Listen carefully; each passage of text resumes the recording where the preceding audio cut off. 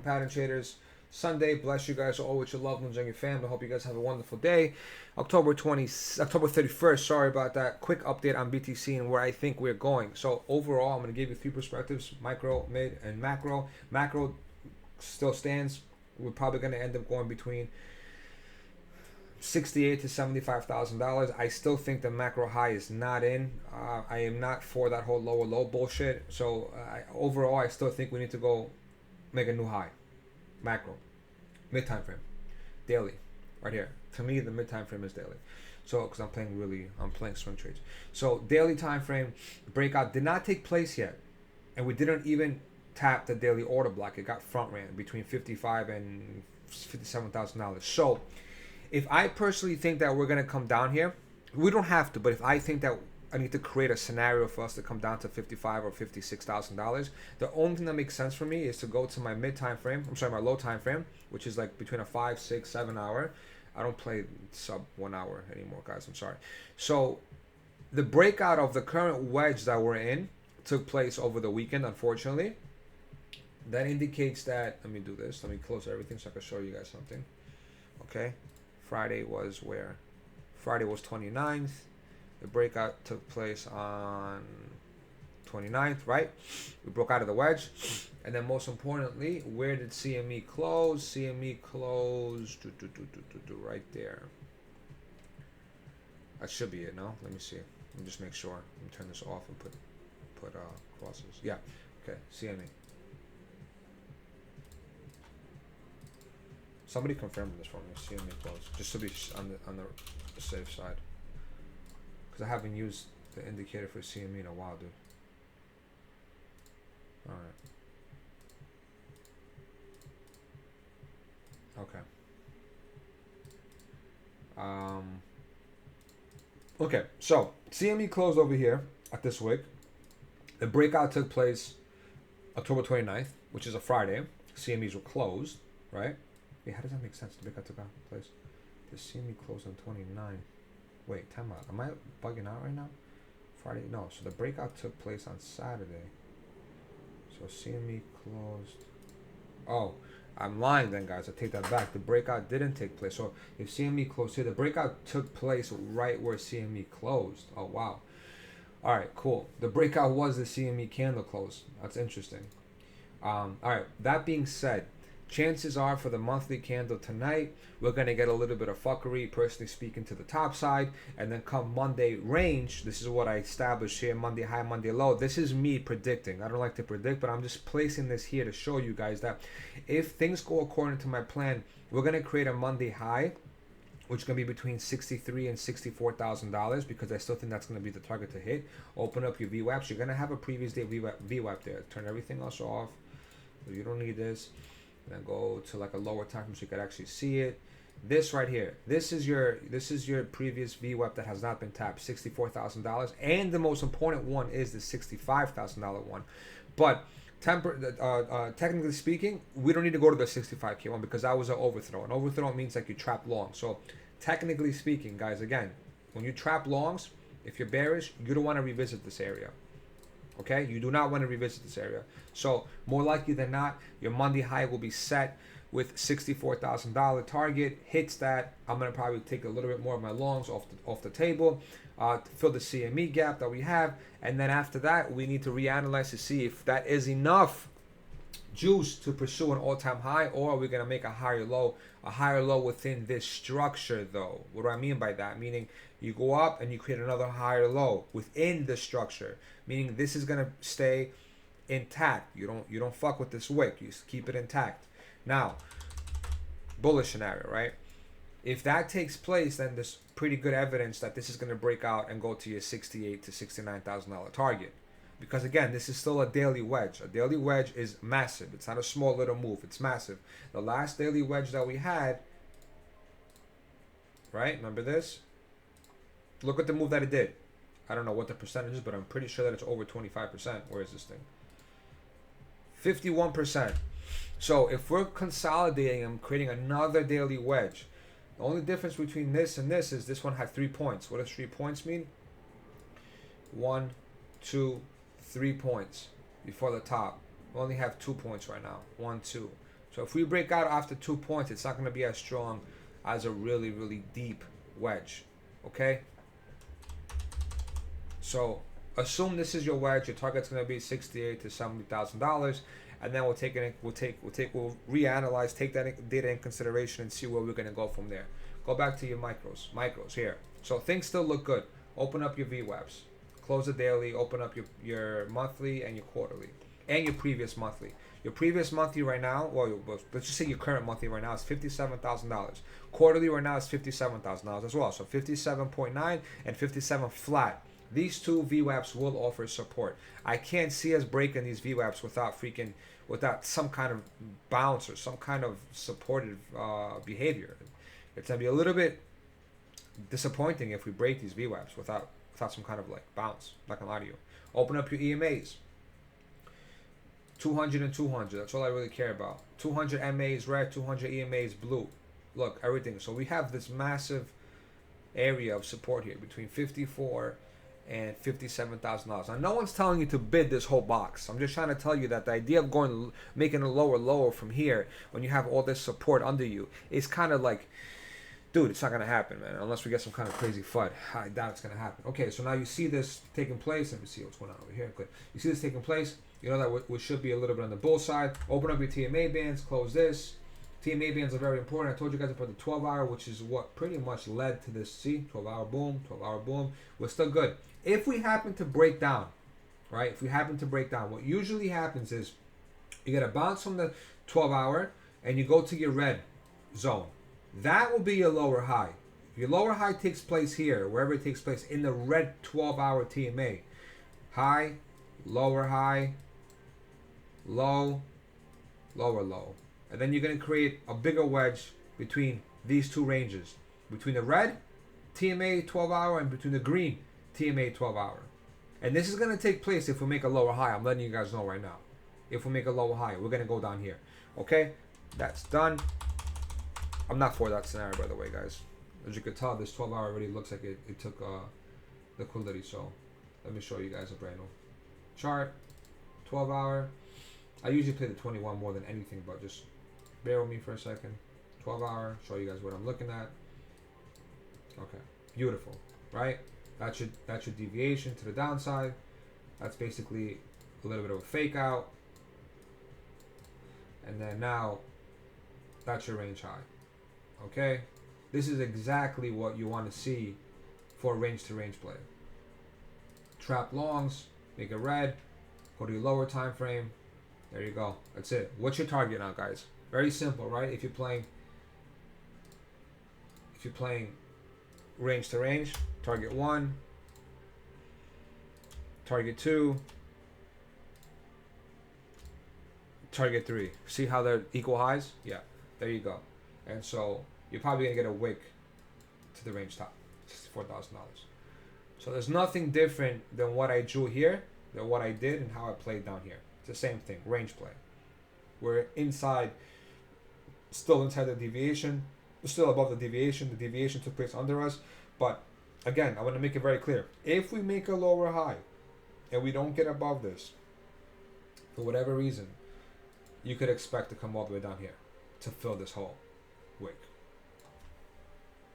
Okay? Now, deleting all this so you guys can see what I'm talking about, I'm going to show you guys something. This is going to be an understanding of behavior, because it doesn't matter if you know EMAs, MAs, fibs. Sorry about that. Or Elliott wave or oscillators or patterns. Behavior is key. Just hear me out for a second. Accumulation for 2 months. Reaccumulation, high or low for 2 months. Or wait, whatever, a month. I'm pretty sure it's a month. I don't know what that is, guys. Let me see 1 second.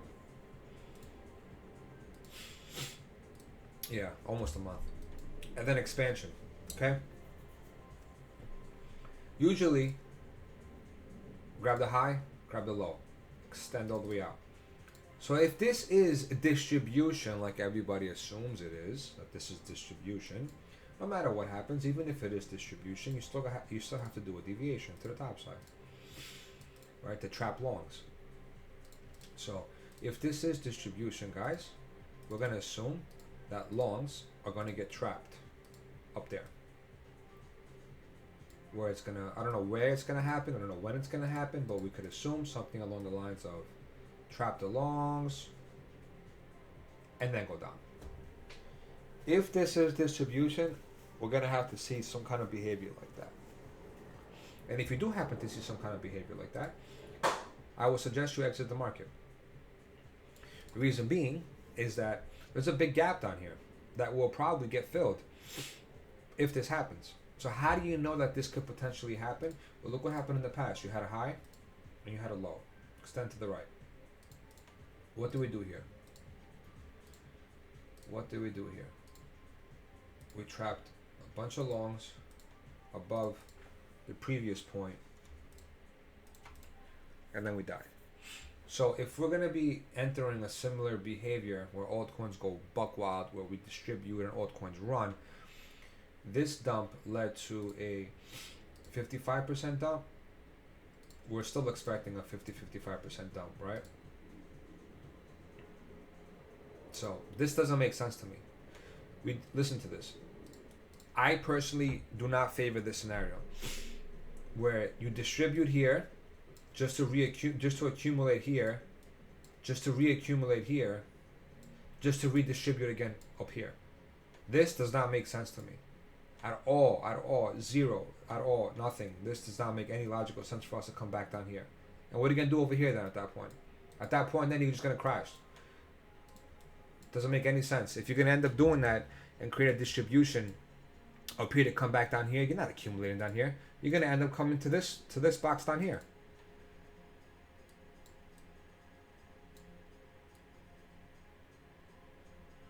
Between, I think it's 20,000, yeah, 19,000 and 24,000, if that's the case.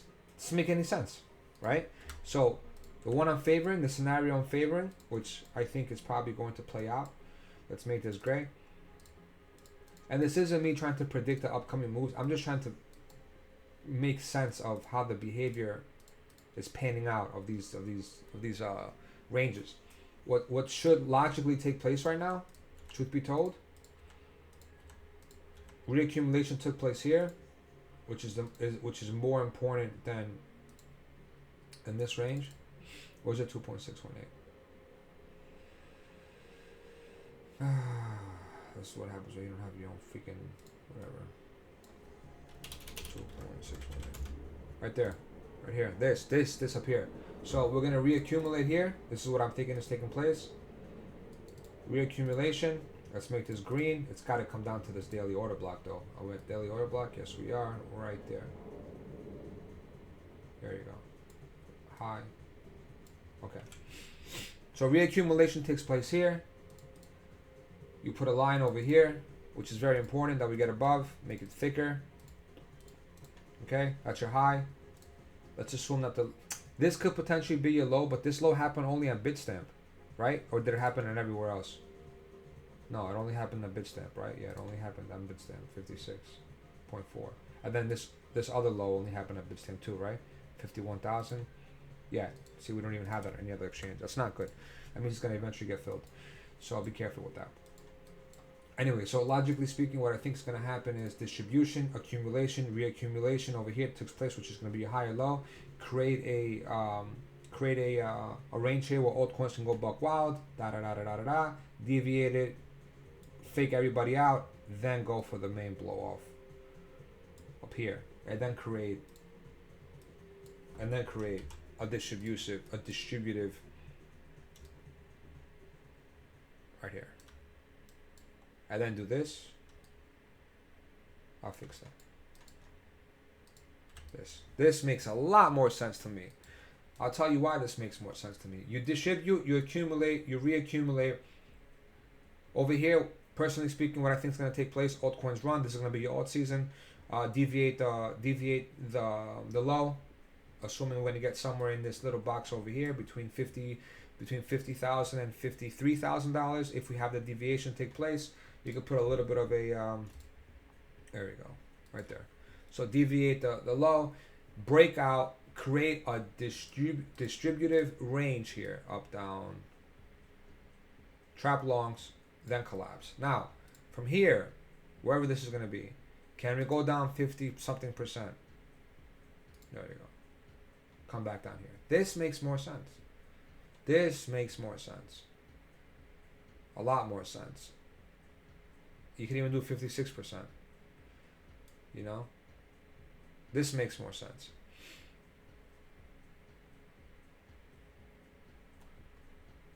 So, I'm not for the whole lower low shit at all. And don't forget, guys, if you delete all this, and you put a regular trend line, just like this. Anyone who thinks we're going to go make a lower low without testing this trend line at least one time to give us a lower high, don't listen to them, guys. Even if everything's bearish, even if we're gonna die, even if John comes and says, guys, we're super bear, we're macro bear market this, bear market that, doesn't matter. We're still gonna get a bounce here.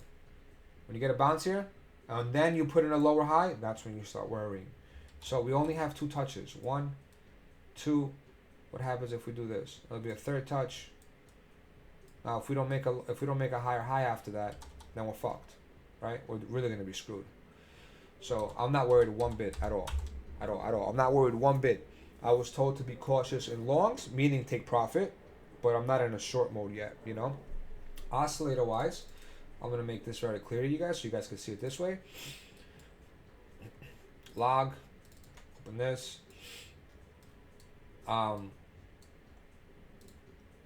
Accumulation usually leads to at least a black line. So we're still kind of like far away from it. Worst case scenario, if we do happen to go down, we're gonna retest the mid. It's still gonna offer another bounce to the black line. We're still fine. I'm not worried about it yet. I'm not worried about it at all. I'll go to the weekly. Weekly is already curling up on the trend line. By the way, this is the trend line, guys. I made it black. Trend line. I made it black. You guys have it as blue, but I made it black. I'm not worried about it yet at all. You could even open up the signal line so that you could see if. Let's make the signal line blue. Signal line is blue. All right, cross up, big move up. Cross down, big move down. Cross down, we're about to cross up. We are about to cross up on the weekly. People are talking to me about fucking lower lows. What's going on over here, guys? Not going to happen. Not anytime soon. See, 3-day, cross up, we flew up. Again, this is only the trend line and the signal line. I'm not using the low band. I technically do not use a low band when I'm playing really high time, when I'm doing really high time frame analysis, because it's too it throws me off sometimes, right? Throws me off. See how it's kind of like in and out? I'd rather see a clear picture. Turn this off. I usually have my algos on, but just for the time being, I didn't put them on. No, hold on. I want to put the signal line. It's more important. Signal line is way more important than the trend line. We're looking at the higher time frame. There we go. So, if you're bearish, you want to see the signal line at least cross the trend line. Okay? Until then, nice little bounce. We got up. Not too worried. Go to daily. Daily got it. Daily got it over here and we crashed down. Right? So,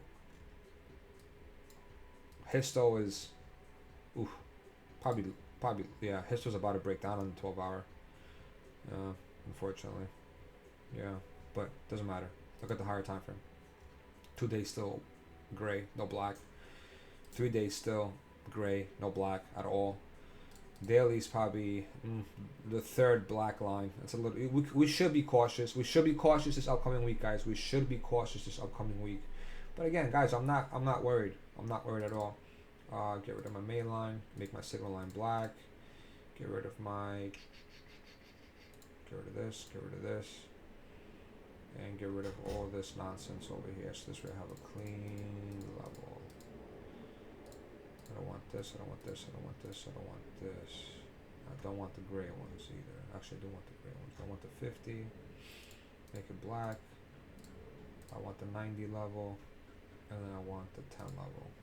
Which should be 25. And this should be 85. Boom. Alright. As simple as possible. Weekly. Yeah. See? Remember when I sent this message out in Discord?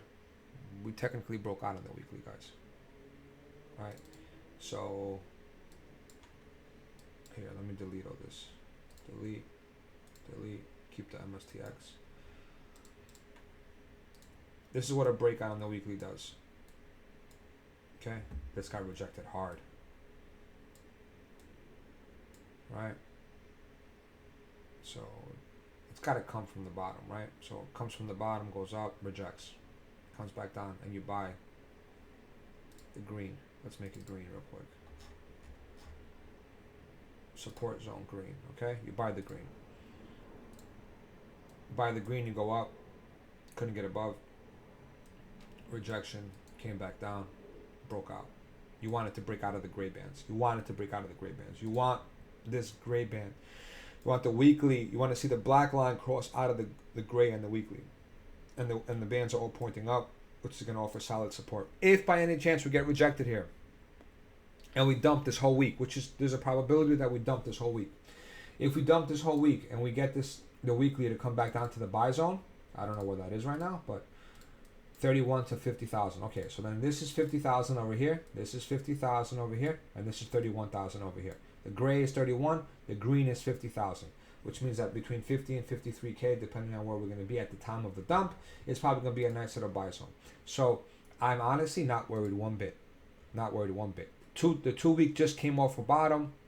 We have not even tapped the sell zone. The sell zone is $74,000. Chances are, even if we get a small little dip down, it's going to go back to the sell zone, which is currently at 74. So assume between 70 and 74,000 in the upcoming, let's just say 3 to 4 weeks, because the 2 week time frame, even longer, probably like a month or so, or whatnot. Monthly perspective, yeah, I'm not bullish. I mean bearish yet, man. You know, like a bear market usually crashes straight down, right? Bear market usually crashes straight down. The fuck was that? I don't even know what the fuck that was. But anyway, where was I? Bear market usually crashes straight down. That was weird. Go to the freaking monthly. I don't know what the hell that was. But anyway, here you go, guys. Bear market crashes all the way down. Bear market crashes all the way down. What do we do over here? We didn't crash. We bounced. So we're still okay. We're not dead yet. We're not dead in the water.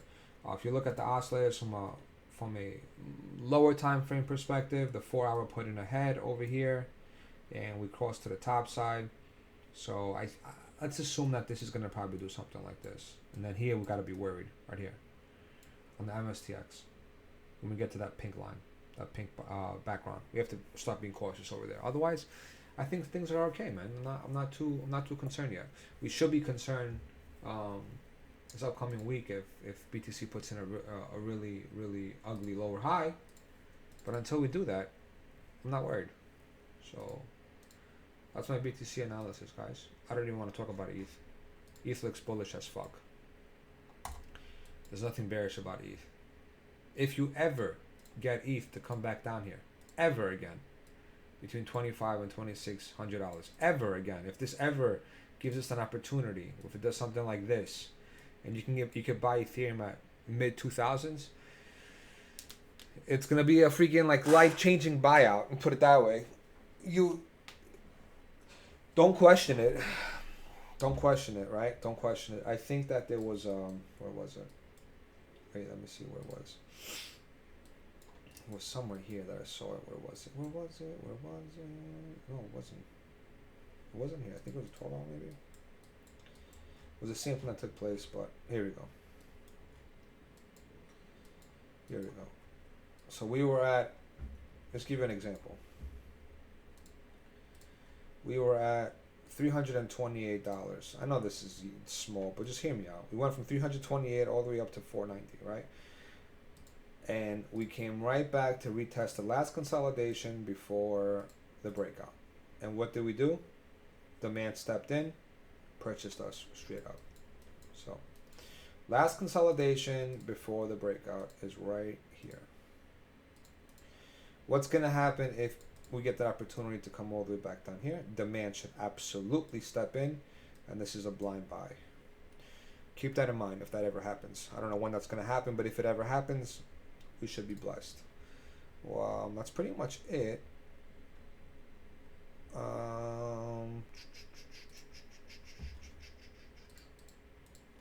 What a shitcoin, man. You know that I rolled this whole thing down? I got in over here, and I rode it all the way up. Took no profit at all, zero profit, and I rode it all the way back down, under my entry. I completely just like ignored it, and now I'm back to where I am over here. That's crazy, and the percentage gain was massive. 4x into a massive dump. Yeah, it's shitcoin, man. Flow looks good to me, personally speaking. I don't want to go over altcoins. Ooh, Gava looks really good. I don't want to go over altcoins because BTC could ruin the setups in a matter of like 5 minutes. Like once BTC starts nuking over, it's gonna ruin everything. Again, wait for Monday range to get established, guys. Once Monday range gets established, you'll have a better idea of where BTC could potentially go. As of right now, everything still looks okay.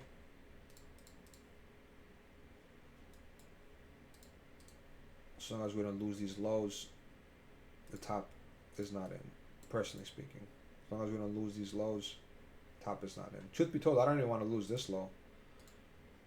Right there. I don't even want to lose that 56K low. Like this box over here to me, it's a valid long area because it was consolidation before the expansion. But, let me get rid of this shit. But I don't want to see it. I don't want to see that dip down. Yeah, I don't want to see that third drive down, unfortunately. No shot. I'd rather go up. And if I make a lower high, then I'd rather make a higher low somewhere over here. Where you have your